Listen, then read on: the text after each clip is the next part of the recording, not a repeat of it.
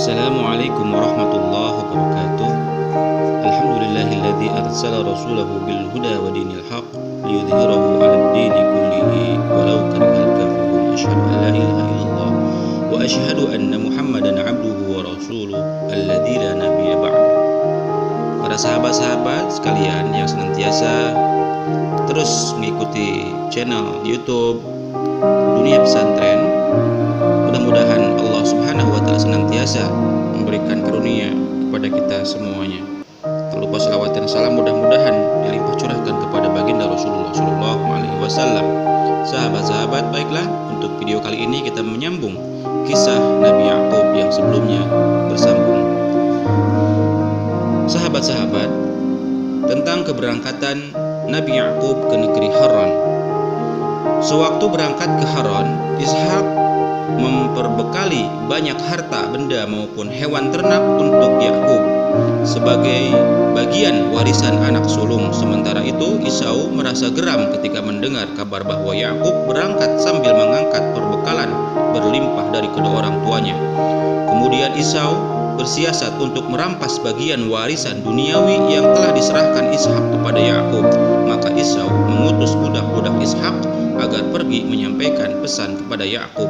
Sewaktu gerombolan ini menyusul Yakub, mereka menyampaikan pesan bahwa Ishak memerintahkan Yakub agar menyerahkan kembali muatan perbekalan kepada Esau melalui mereka, supaya Esau tidak mendengki ataupun supaya Esau tidak berangkat mengejar Yakub ke negeri Haran.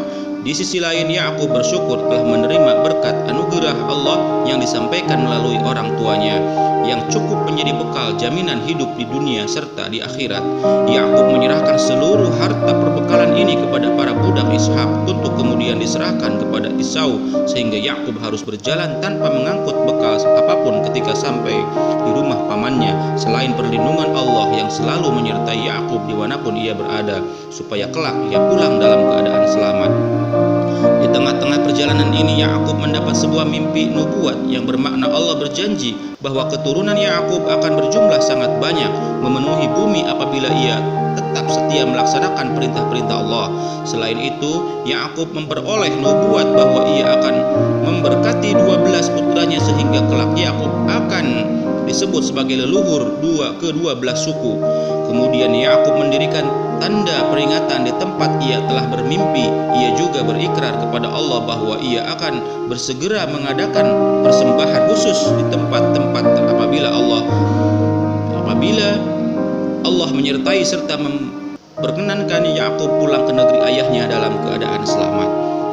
Sahabat-sahabat, tatkala tiba di negeri Haran, Yakub melihat Rahil, anak perempuan pamannya, yang seketika membuat Yakub terpikat dan ingin menjadikan perempuan ini sebagai istri.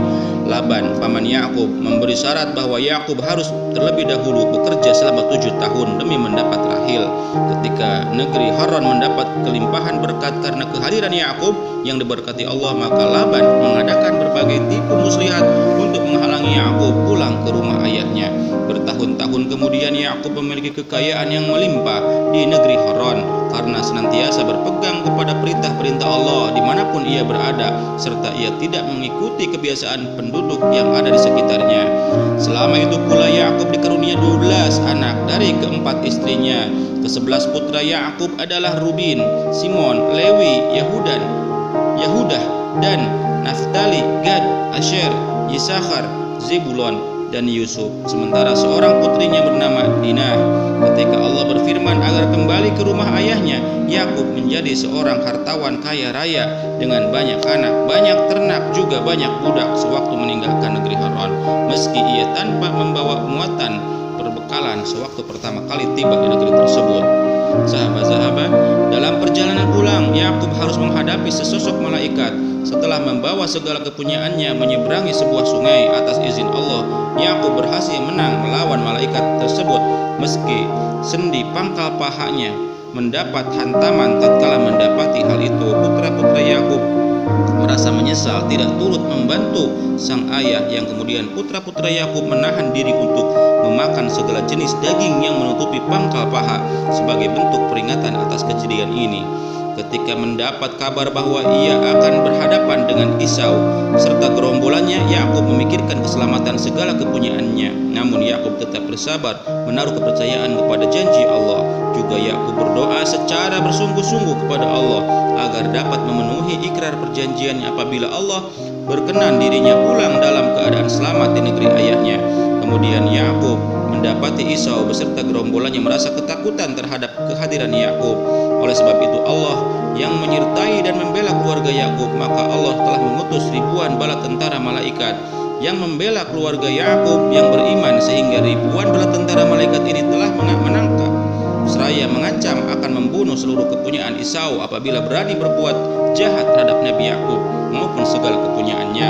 Yakub juga memberi banyak hadiah untuk saudaranya, lalu Yakub dan Esau saling berdamai. Yakub mendirikan kemah di tengah-tengah suku keturunan Kanaan. Sewaktu tiba di negeri ayahnya, ia lupa tentang ikrar perjanjiannya berupa persembahan khusus sebagai bentuk syukur karena selama ini Allah telah mengaruniakan keselamatan untuk dirinya serta telah melindungi dirinya menghadapi bahaya, berbagai macam bahaya. Atas sikap ini Allah memberi beberapa hukuman untuk memperingatkan Yakub. Anak perempuan Yakub yakni Dinah diperkosa oleh seorang pangeran dari suku keturunan Kanaan. Bangsa Kanaan merupakan bangsa penyembah berhala yang menganggap perzinahan sebagai hal kewajaran di tengah-tengah mereka, sehingga suku bangsa Kanaan di wilayah tersebut memperbolehkan perilaku keji berlangsung. Hal ini menimbulkan kebencian dan kemurkaan besar pada kedua saudara Dinah, yakni Simon dan Lewi. Simon menganggap kejadian ini sebagai penistaan terhadap nama baik keturunan Yakub. Sementara itu Allah mengutus Lewi menjadi rasul yang dibekali sebilah pedang beserta tameng supaya dapat membalas tindakan jahat suku keturunan Kanaan. Ia memahami bahwa kejadian ini dapat merusak perjanjian Ibrahim terhadap keturunannya supaya tetap diberkahi, yakni larangan untuk tidak memiliki hubungan keluarga dengan keturunan Kanaan yang terlaknat. Terlebih lagi, apabila keturunan orang-orang beriman dibiarkan memiliki ikatan keluarga dengan kaum keturunan pezina yang menyembah berhala, tentu kaum penyembah berhala akan memaksa kebiasaan kafir bangsa musyrik terhadap orang-orang beriman, yang berakibat merusak kesetiaan keturunan Ibrahim terhadap Allah. Dengan demikian, Lewi mempertimbangkan hukum Allah sewaktu menumpas kaum keturunan kafir yang hendak menggabungkan diri dengan keturunan orang-orang beriman, sekalipun mengemis perkenan atau perjanjian damai kepada golongan beriman. Orang-orang yang berzina maupun orang-orang yang menyembah berhala tidak memiliki hak mendapat bagian dalam warisan Ibrahim. Hal ini pula yang kemudian harus diberlakukan sewaktu Bani Israel mengambil alih negeri perjanjian yang sebelumnya dihuni bangsa Kanaan.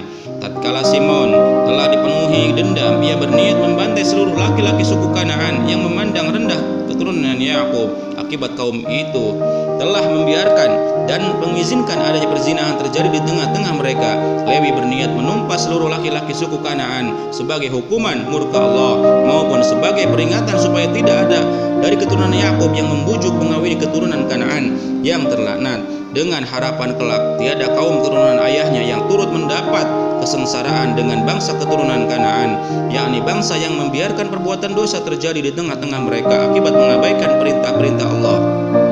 Simon dan Lewi bersumpah kepada Allah untuk membalas perbuatan keji ini. Mereka berangkat sambil membawa pedang, lalu tanpa belas kasihan membunuh suku keturunan Kanaan di wilayah tersebut. Oleh karena suku inilah telah melakukan pekerjaan keji menyembah berhala serta tidak menentang dosa pencemaran terhadap adik mereka. Bahkan suku ini mengizinkan perkara zina yang dibenci Allah. Lewi membunuh Sikhim, yakni pangeran dari suku keturunan Kanaan, sementara Simon membunuh Hamor, raja suku tersebut. Seluruh anak lelaki hingga seluruh pria di suku tersebut mati dibantai Simon dan Lewi. Kemudian keduanya menyelamatkan Dinah dari wilayah suku perzina ini. Sewaktu Simon dan Lewi pulang, Yakub memarahi kedua putranya yang telah bertindak gegabah tanpa terlebih dahulu meminta pertimbangan dari ayahnya. Oleh sebab itu, suku tersebut telah menyampaikan perjanjian kepada keluarga Yakub. Walaupun demikian, Simon membela diri bahwa keduanya tidak bisa membiarkan perbuatan keji suku Kanaan yang mempersamakan adik mereka sebagai pezina, juga sebagai peringatan bagi siapapun yang nekat menimpakan kejahatan terhadap keluarga Israel, maka orang itu atau siapapun yang menyetujui kejahatan tersebut akan menghadapi kemurkaan Allah melalui tangan keduanya. Sementara itu Lewi memperingatkan sang ayah tentang perjanjian Allah terhadap suku Kanaan, walaupun ia merasa bersalah sebab telah tidak menghormati kedudukan ayahnya. Kemudian ia memutuskan bertekun dalam ibadah serta bertobat untuk menghapus dosa ini. Sejak saat itu pula Lewi tidak lagi akrab dengan Simon. Akibat kekerasan Simon dan Lewi, penduduk negeri yang tinggal di sekitar Yakub dipenuhi rasa takut dan gentar untuk bergaul dengan keluarga Yakub. Kemudian mereka pun menyadari bahwa keluarga Yakub merupakan pewaris keluarga Ibrahim yang mencegah perbuatan dosa, juga menjadi hukum-hukum Allah beserta perintah-perintah Allah, sehingga perlindungan Allah selalu menyertai keluarga Yakub. Dengan demikian, Allah tak akan membiarkan orang-orang yang berbuat jahat kepada keluarga Yakub lolos tanpa hukum yang pedih. Melalui kejadian ini Yakub menyadari kesalahannya serta menerima peringatan ilahi tentang ikrar perjanjiannya, sehingga ia bertobat seraya bergegas menepati ikrar perjanjian untuk mengadakan persembahan khusus kepada Allah. Tepat di tempat sebelumnya ia pernah berikrar kepada Allah sewaktu berangkat meninggalkan negeri ayahnya. Setelah memenuhi ikrar perjanjian, Allah mengampuni kesalahan Yakub serta mengubah nama Yakub menjadi Israel. Lalu Allah berjanji bahwa seisi bumi akan menjadi milik kaum keturunan Israel. Kemudian Israel mengajak seluruh keluarga berpindah ke rumah Ishak. Sewaktu tiba di rumah ayahnya, Ishak dan Ribka merasa sangat bahagia sewaktu melihat Yakub masih beriman kepada Allah. Ishak dan Ribka sangat bersyukur kepada Allah atas karunia seorang putra yang menyelamatkan nama baik keturunan Ibrahim yang dikenal setia kepada Allah. Terlebih lagi Ishak mendapat bahwa putra-putra yang dikaruniakan untuk Yakub memiliki kesalehan menyerupai ayah mereka. Ishak sempat menyampaikan nubuat kepada Lewi dan Yahuda bahwasanya Lewi mewarisi kedudukan iman sementara Yahuda mewarisi kedudukan pemimpin Israel. Sahabat-sahabat, demikian dulu cerita tentang Nabi Yakub. Bersambung ke video berikutnya. Sampai berjumpa sahabat-sahabat. Jangan lupa untuk like, subscribe, share, dan memberikan komen, serta jangan lupa menekan tombol loncengnya. Sahabat-sahabat, sampai berjumpa lagi ya di video berikutnya. Assalamualaikum warahmatullahi wabarakatuh.